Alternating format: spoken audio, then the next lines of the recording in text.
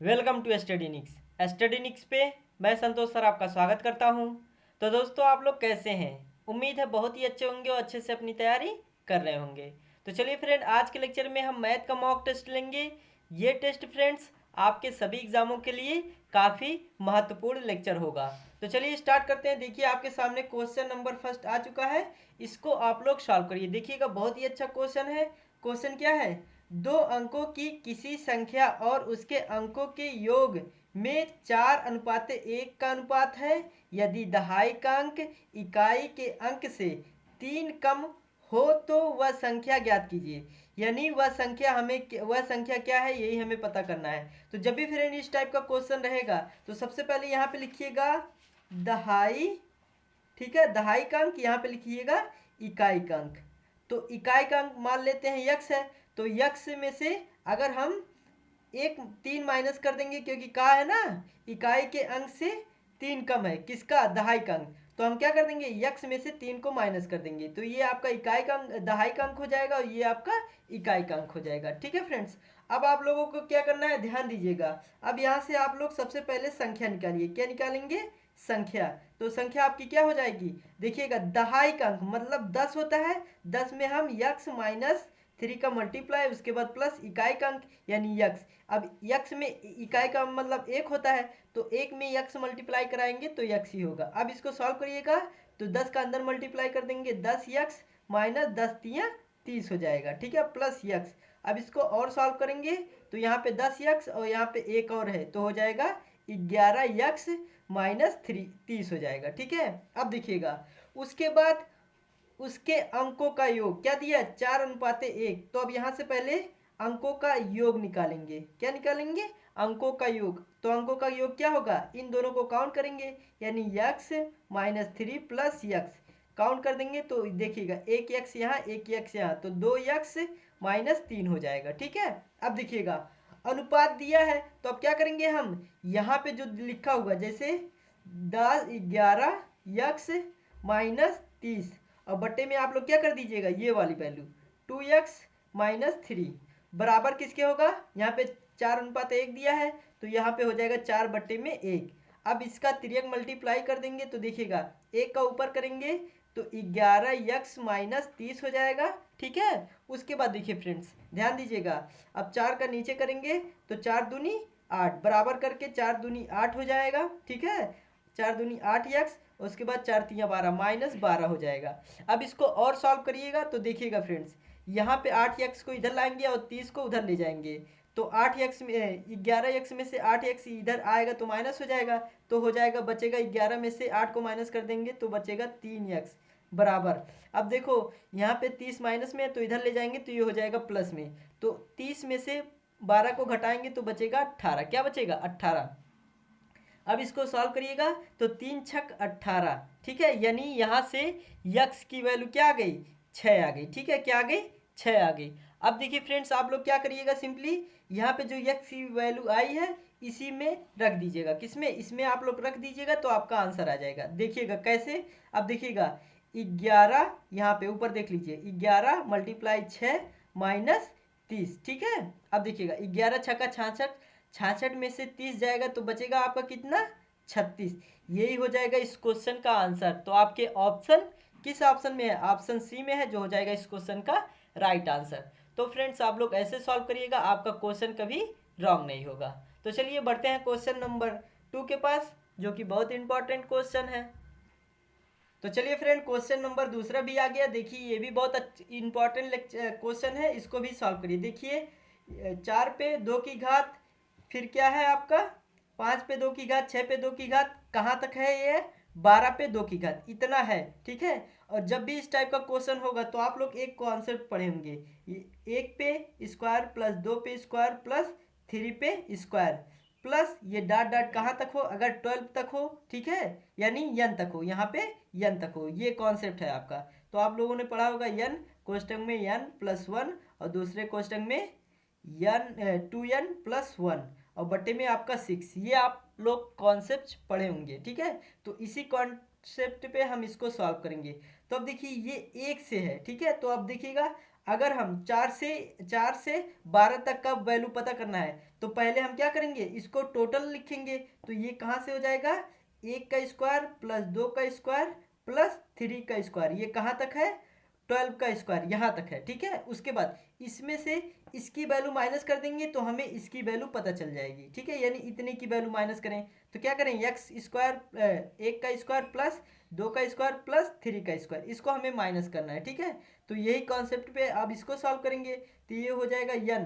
अब n कहाँ पे है, देखिएगा यहाँ पे, देखिएगा 1 से स्टार्ट है तो n तक अगर गई है तो यहाँ पे 1 से स्टार्ट है 12 तक गई है तो n की वैल्यू आपका हो जाएगा 12। ठीक है, और इसमें आपका n की वैल्यू हो जाएगा 3। ठीक है, तो अब इसी कॉन्सेप्ट में रखिएगा तो 12, यानी यहाँ पे n बराबर 12, यहाँ पे n बराबर 3 हो जाएगा। ठीक है, तो अब देखिएगा, अब n की जगह पे 12 रखेंगे तो 12, उसके बाद 12 में 1 काउंट कर देंगे तो हो जाएगा मल्टीप्लाई 13, फिर मल्टीप्लाई 12 को 2 गुना कर देंगे तो 12 दूनी 24, 24 एक 25, यानी आपका यहाँ पे 25 बट्टे में आपका हो जाएगा 6 माइनस। अब देखिएगा यहाँ पे n की वैल्यू 3 है तो 3 में 1 काउंट कर देंगे तो हो जाएगा 4, और मल्टीप्लाई 3 का 2 में मल्टीप्लाई 3 दूनी 6 एक 7 हो जाएगा, 7 बटे में आपका 6 हो जाएगा। अब इसको सॉल्व करिएगा तो देखिएगा 6 दूनी 12, अब यहाँ इसको भी ऐसे करेंगे तो देखिएगा 3 दूनी 6।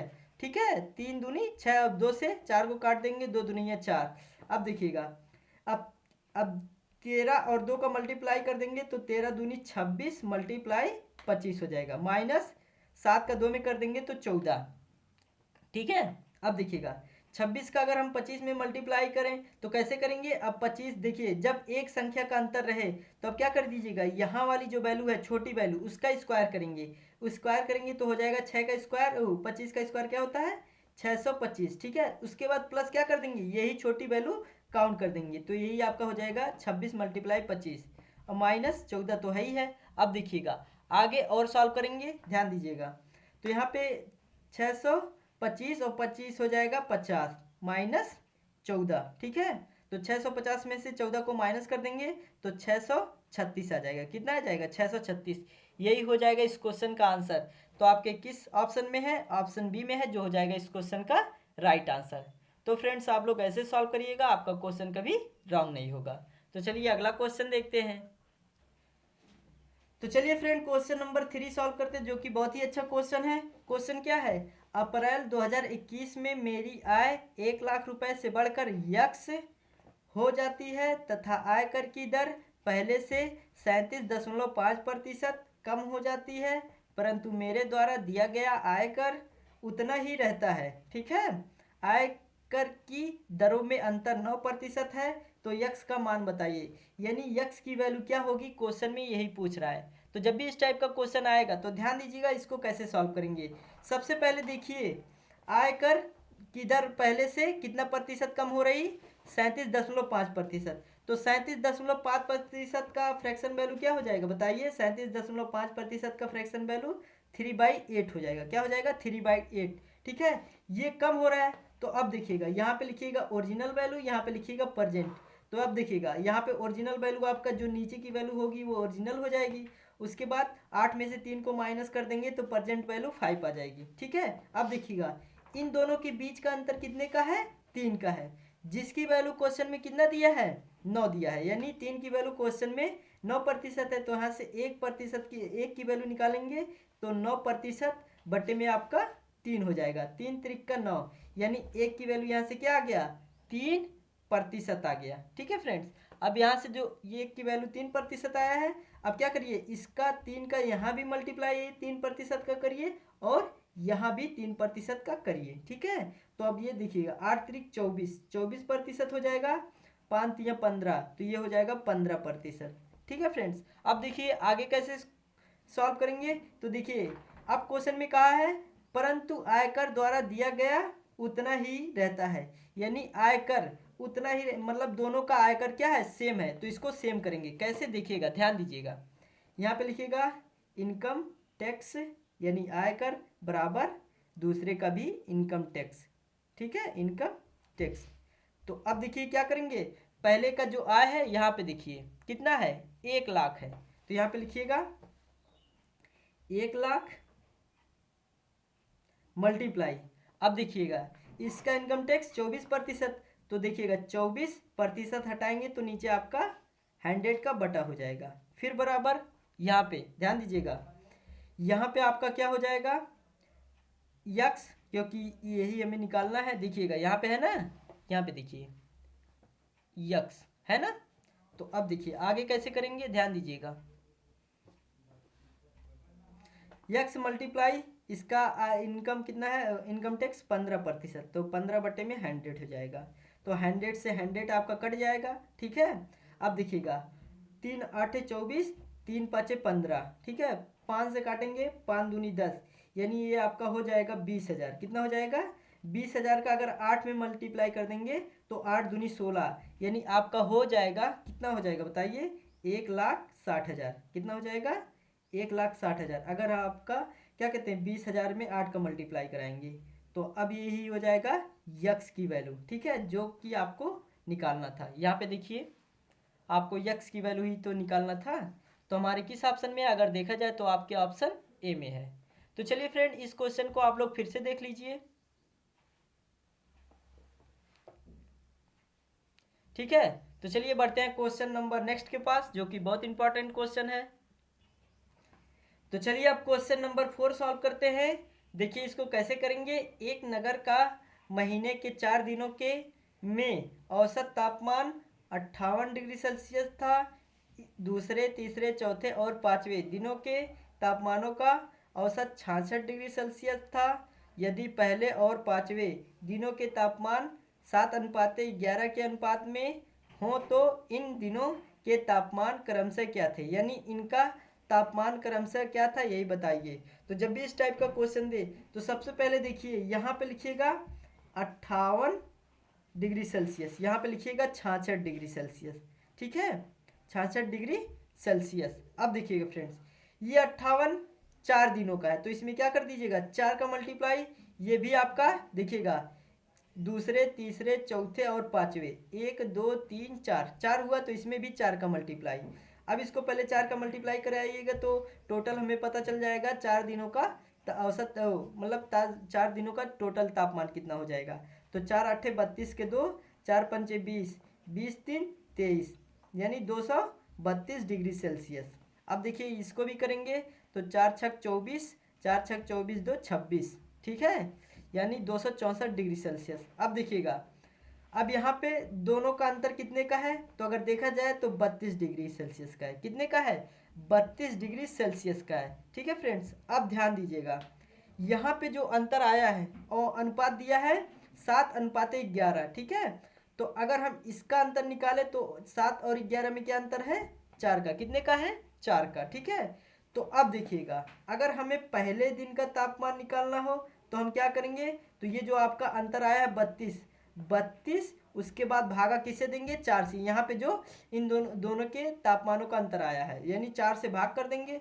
उसके बाद मल्टीप्लाई, पहले दिन का पूछेगा तो पहले दिन का मान 7 है तो यहाँ पे 7 का मल्टीप्लाई। और अगर पाँचवें दिन का पूछेगा तो अब पाँचवें दिन में क्या करना है 32 बटे में 4 मल्टीप्लाई, पाँचवें दिन का 11 है तो 11 का मल्टीप्लाई कर दीजिएगा, ठीक है। अब इसको सॉल्व करिएगा तो 4 8 32, 4 8 32। तो अब यहाँ पे देखिएगा, अब आगे देखेंगे क्वेश्चन, ध्यान दीजिएगा तभी समझ में आएगा। 7 8 56, यानी ये आपका 56 डिग्री सेल्सियस पहले दिन का आ जाएगा। उसके बाद 8 और 11 का मल्टीप्लाई कर देंगे तो 11 8 88, 88 डिग्री सेल्सियस ये आपका हो जाएगा पाँचवें दिन का, ये आपका पहले दिन का, ठीक है। तो हमारे किस ऑप्शन में है, अगर देखा जाए तो आपके ऑप्शन डी में है, जो हो जाएगा इस क्वेश्चन का राइट आंसर। एक बार क्वेश्चन को फिर से देख लीजिए पूरा।